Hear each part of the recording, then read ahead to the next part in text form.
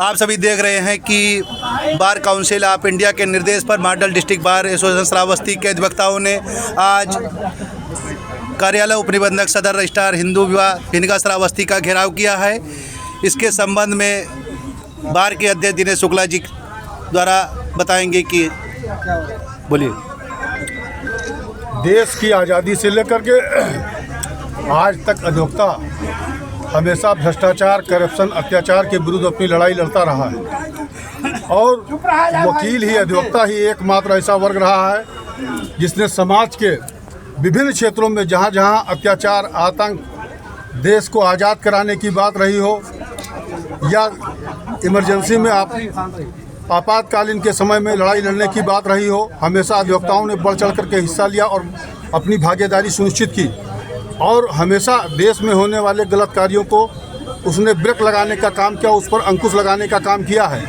आज हमारी केंद्र सरकार और राज्य सरकार दोनों मिल करके संपूर्ण देश में अधिवक्ता ही नहीं समस्त बुद्धिजीवी समाज के लोगों को ऊपर अंकुश लगाने के लिए कि देश में चाहे जितना भ्रष्टाचार फैले, वह देश में नेता चाहे जितना अत्याचार करें, अपनी मनमानी करें, अफसरशाही, नौकरशाही को लागू करने के लिए कि नौकरशाही हावी हो, अधिवक्ता उनके अंकुश में रहे और किसी भी व्यक्ति के खिलाफ किसी भी प्रकार के अवैध एवं अनियमित कृत्य जो लोगों अधिकारियों के द्वारा किए जाते हैं उनके विरुद्ध वो आवाज़ न उठा सके। इसलिए देश में एक संशोधन करके केंद्र सरकार के द्वारा एक बिल पास किया गया है जिसमें अधिवक्ताओं के द्वारा उनके ऊपर हड़ताल में करने पर रोक लगाई जा रही है, उनके ऊपर किसी भी प्रकार से सामाजिक सभा में देश या सरकार या अफसरशाही अफसरों के विरुद्ध बोलने पर पाबंदी लगाई जा रही है। और हमको इस बात के लिए भी मजबूर किया जा रहा है कि हमारी जो एक समिति है, अनुशासन समिति, जो bar council of Uttar Pradesh Allahabad के द्वारा संचालित होती है, हम आपको ये अवगत करा दें, शायद आप लोगों को, तमाम लोगों को ये जानकारी न होगी कि हमारे देश में एक अधिवक्ता वर्ग ही ऐसा है जिसका देश में किसी भी एजेंसी के पास अधिवक्ताओं के विरुद्ध कार्रवाई करने का कोई अधिकार नहीं है। जो भी अधिकार है वो bar council of Uttar Pradesh की अनुशासनात्मक समिति को है और केंद्र सरकार और राज्य सरकार उस समिति में अपने सदस्यों की भागीदारी सुनिश्चित करके अधिवक्ताओं को उत्पीड़न करने का प्रयास करने के लिए बिल ला रही है।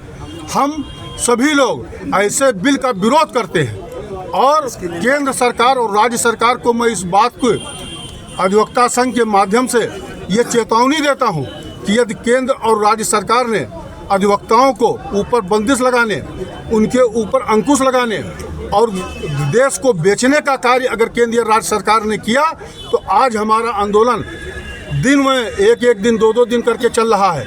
फिर ये आंदोलन हमारा अनवरत चलेगा और अंतिम दम तक जब तक इस प्रदेश और केंद्र की सरकार को जब तक हम उखाड़ कर फेंक नहीं देंगे तब तक ये आंदोलन हमारा अनवरत चलता रहेगा। इन्हीं शब्दों के साथ मैं विराम करता हूँ। जय हिंद। अधिवक्ता का काम अपने मुकदमे की पैरवी करना, पैरवी के माध्यम से वो गिरा तहत अपनी आपत्ति, एविडेंस, साक्ष्य, सबूत या अदालत पर पेश करता। अगर अदालतों पर वकीलों को इसका मौका नहीं दिया जा रहा है तो मतलब क्या है अदालत का? क्या मतलब? गौर कीजिए, आज से नहीं कई वर्षों से अधिवक्ता को अपने गिरफ्त में लेने का प्रयास को चक्र बराबर चला है। हम समझ नहीं पा रहे भारत सरकार के पास वो कौन से आईएएस बैठे हैं जो अपना राय देते हैं ऐसे तो राय देते हैं ऐसे चक्र दिया। अरे भाई, सेंटर में जो गवर्नमेंट है वो गवर्नमेंट किसी की, ये भारत सरकार की कुर्सी उनको वरासत में नहीं मिली। वो यहाँ के राजा नहीं है, तानाशाह नहीं है, उनको जनता ने वोट दिया है। और ये गुण कि रात 8 बजे आप टीवी पर आइए और बिना सोचे समझे जनता का ये घोषणा कर दीजिए आज आधी रात 12 बजे से 2000 का नोट समाप्त। अब बताइए, 2000 जिसके शादी है, विवाह है, जिसको मरीज, जिसका कैंसर है, बीमार है, वो 2000 का नोट आपने खत्म कर दिया बिना सोचे समझे। मैं ताजुब करता हूँ, बिना राय लिए लोकतंत्र में, बिना जनता की राय लिए ये कौन से अधिकारी है भाई तुम्हारे? जो ये नहीं देखते कि आप जनप्रतिनिधि हो, छोटे सरकार में बैठे हो, ये गद्दी सरकार ने आपको दी है, जनता मर जाए अस्पताल में, तुमसे कोई मतलब नहीं। आपका तो डिक्टेटर है, आपने हुक्म कर दिया, ये होना है, होगा। किसान का फसल, किसानों की फसल उद्योगपति ले लेंगे। अब बताइए रातों रात कौन लेंगे? कितने महीनों से नियत किया किसानों ने, पता नहीं कितने किसान मर गए। ये कौन सा कानून है भाई? उसके बाद वापस लेना पड़ा आपको। आपने कानून निकाय बना दिया, एक्सीडेंट हो रहा है तो आपको कत्ल के मुकदमे में चल जाएंगे, फिर उसका हुआ, आपने कानून वापस ले लिया। अरे यार कानून को हो जरा, कानून सोचना चाहिए आपको कि कौन सा कानून आप बना रहे हो, किस लिए, कौन बच्चा बनवा रहा है आपको कानून?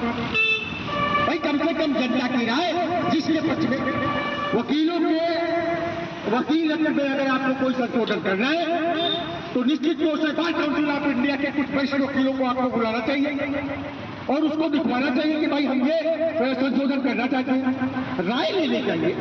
आप ताना साहब थोड़े हो, जो मन में आएगा वो कहोगे, वो आज तक कस्मत देखता रहेगा।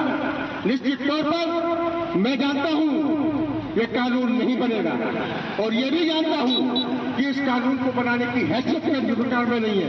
निश्चित रूप में हाथ होगा, लेकिन फजीयत कराने के बाद जय हिंद जय भारत।